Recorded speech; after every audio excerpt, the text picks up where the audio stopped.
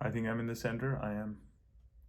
Today's topic, I want to talk about Dubai and why you should try your best not to visit as a tourist and contribute to their tourism, where a lot of money comes from for Dubai as an economy. Now, you would be asking, what the fuck is wrong with this guy? Why wouldn't I go to Dubai? It's so fun over there and it's not super expensive either to have fun over there and spend a week or two on a vacation. You're right, it is fun. But again, as I mentioned, tourism, business, which contributes to the economy. And there's a big reason when I mentioned that. I wanted to travel Dubai myself, and I am not doing it anymore after reading this article that I'm about to show you. So, this article, as you can see, is from 2019. It says migrant labor abuse makes Dubai a questionable tourist destination. Now, I know, you might be thinking, oh, why the fuck Deep is just looking at this article and deciding, yeah, I'm not gonna go. Why isn't he doing his own research, which I've done? So I know a lot of people from India, from back home, who been to Dubai as migrant workers or still there. They're doing fine, they're doing okay, but I've heard story from a lot of them, and I know one person who been there. Um, so what happened with the tourist agencies or the agencies which help laborers or laborers get a visa, like a working visa or a visitor visa for Dubai? They help them. They charge a lot of money, man. Like these people, the laborers, like especially in third world countries, they don't have too many resources. They don't have education or anything, so they don't have any idea on the rules and laws and how they can get a visa and how much it costs and so and so. So they abuse those people because they're kind of like illiterate, so they don't have too much knowledge. They don't know how to use the internet to find this kind of information. So what happens over there, those agencies, they have contracts with certain employers in Dubai who needs migrant workers to help with their business, their labor, even if it's a warehouse, just a servant.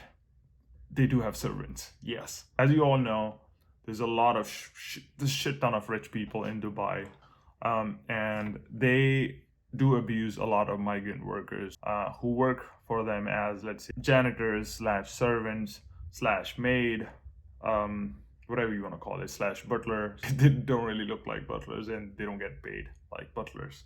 But yeah, you get my point. So why do you don't want to support Dubai?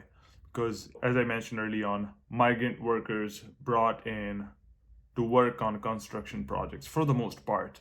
There's a big controversies regarding the stadium that they built for FIFA World Cup 2022, where majority of in thousands, okay, just absorb that number, thousands of people, migrant workers from India, died due to certain conditions that they had, poor conditions, where they weren't getting paid enough, they weren't getting fed enough, and they were working overtime like robots, and a lot of people died, man. It's fucking sad, really sad. So most of the people come to Dubai as a laborer in hopes of getting higher salaries than their own home countries.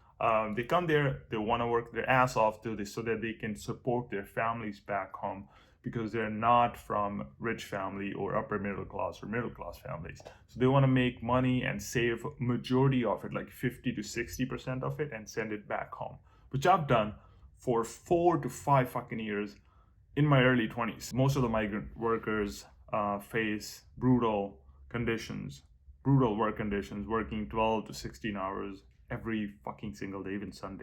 So the reports, as the article says, from Human Rights Watch and the United Nations acknowledge improvements. Both said labor abuse continued. So the article says, I'm starving the migrant workers abandoned by Dubai employers. Again, same thing. No salary or money to pay for flights home. So they are trapped.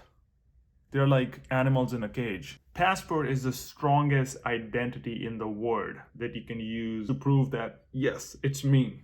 And while you're not even in your home country and somebody else has your passport and you don't have access to it, can you imagine that fucking situation? What is going through your head? Especially when you know your family needs you and you're the only person who's sending money back. I'm gonna stop this rant. I urge you, folding my hands and urging you, don't go there. There's so many other countries to visit where you can have fun. Hell, I'm going to Italy next year. You're not gonna miss out on anything. They don't have a fucking history. They don't have a rich culture or anything. It's a new city. The city was built in the last 20 years, especially in the last 10 years. There's fucking buildings and amusement parks and things to do where you only spend money and then enjoy. Just think about it. Just spend 5 minutes yourself. Sit down, think about it.